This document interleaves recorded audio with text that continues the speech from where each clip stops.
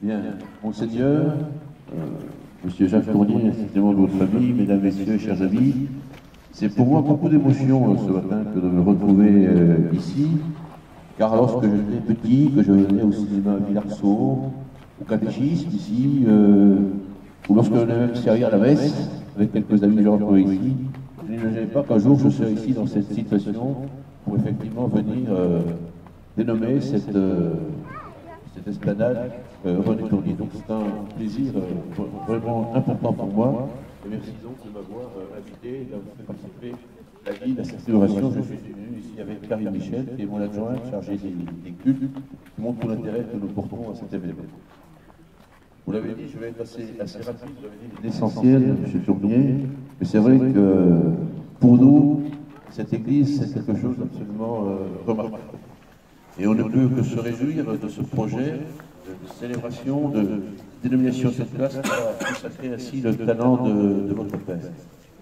Vous l'avez dit, votre père a beaucoup construit à Besançon, vous allez par la suite continuer même à construire Besançon, et ses œuvres sont innombrables aussi dans cette ville. Il a vraiment marqué de son empreinte, effectivement, notre ville.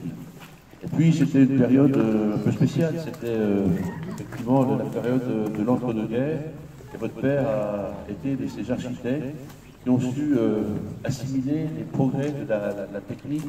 On se rappelle que le pont battant, par exemple, qu'il a construit, était le premier pont construit en béton précontraint de France.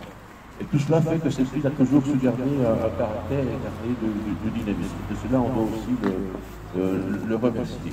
Et puis, vous l'avez dit, votre père était une plume de l'architecture. Il a fait ce remarquable livre sur les églises pontoises, qui est en fait le caractère de ces églises de notre Franche-Comté, que nous aimons tant. Un livre qui a été d'ailleurs préfacé par René Fête, membre de l'Institut. Voilà ce que je voulais vous dire. Pourquoi? Puisque je ne vais pas vous faire un trop long discours, il ne fait pas chaud, et puis l'important c'est d'avoir ce moment de convivialité. Mais sachez que l'œuvre de votre père est une œuvre majeure pour notre ville qui a connu de grands architectes, votre père, Marcel, la famille Boutrin, que nous connaissons bien ici à Besançon, et que honorer ici sa mémoire de façon définitive, quelque chose de très bien. Et je suis heureux, vraiment très heureux d'être parmi vous ce matin, à vos côtés, M. Tournier, à vos côtés, Monseigneur, pour ce moment de festivité conviviale. Voilà. Merci à toutes et à tous. Merci aussi au Père de nous accueillir ici dans son église. Voilà. Je vous passe la parole avec plaisir, Monseigneur. Merci.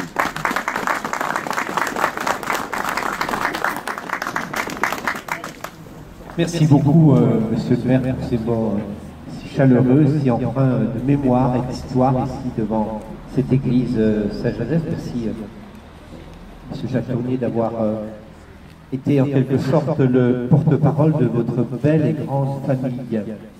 Permettez-moi simplement, comme mes prédécesseurs, de ne pas être trop long.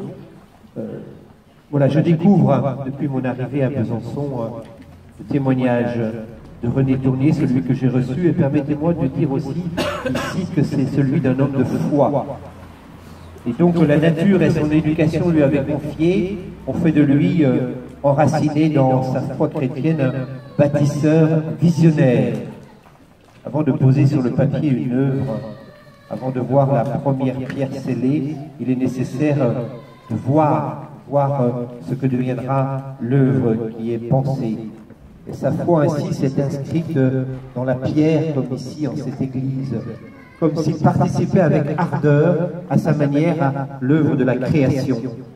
À l'écoute des membres de sa famille, et pour ma part invité sans cesse à ouvrir les yeux sur ces nombreuses réalisations byzantines élargies à notre région, bien sûr, j'ai découvert peu à peu un homme qui a marqué toute une génération et qui continue d'être une référence pour toute la Franche-Comté, notre région. Les réalisations liées à l'Église et à notre diocèse sont nombreuses. Permettez-moi de les rappeler simplement. Elles ont déjà été rappelées par M. Tournier. Je pense qu'il est bon que nous puissions en faire mémoire. Et les églises les chapelles qu'il a construites, pour reprendre les termes du chanoine Leder au moment de son décès, aussi ce que disait le chanoine Leder dans l'hommage de l'Académie de Besançon, maison de Dieu en même temps que maison du peuple pontois. solidaire dans la foi commune et fécond en congrégation, confréries et dévotions de toutes sortes, ainsi sont nos églises et chapelles. En 1930, restauration de la chapelle du Grand Séminaire, dont une plaque commémorative dans cette chapelle nous rappelle son travail. 1933, au couvent des Dominicains de Béthanie, l'hôtellerie. 1937, le lycée Saint-Joseph de Fontaine-Argent. 1937 également la chapelle du camp militaire de Val-d'Aon. Vous l'avez dit, 1945, la crypte et le moment dédié à Notre-Dame de la Libération au Buis, l'église Saint-Joseph et les salles paroissiales où nous sommes actuellement. 1958, la chapelle privée de l'archevêché que j'habite toujours, et 1962, la chapelle du foyer de la Roche d'Or. Il fut bien sûr aussi, depuis 1945, un membre actif et avisé de la commission diocésaine d'art sacré sous la responsabilité du chanoine Ledeur. La plaque commémorative que nous allons dévoiler ensemble lui rend un hommage mérité afin que toutes les générations n'oublient pas sa mémoire. Je vous remercie.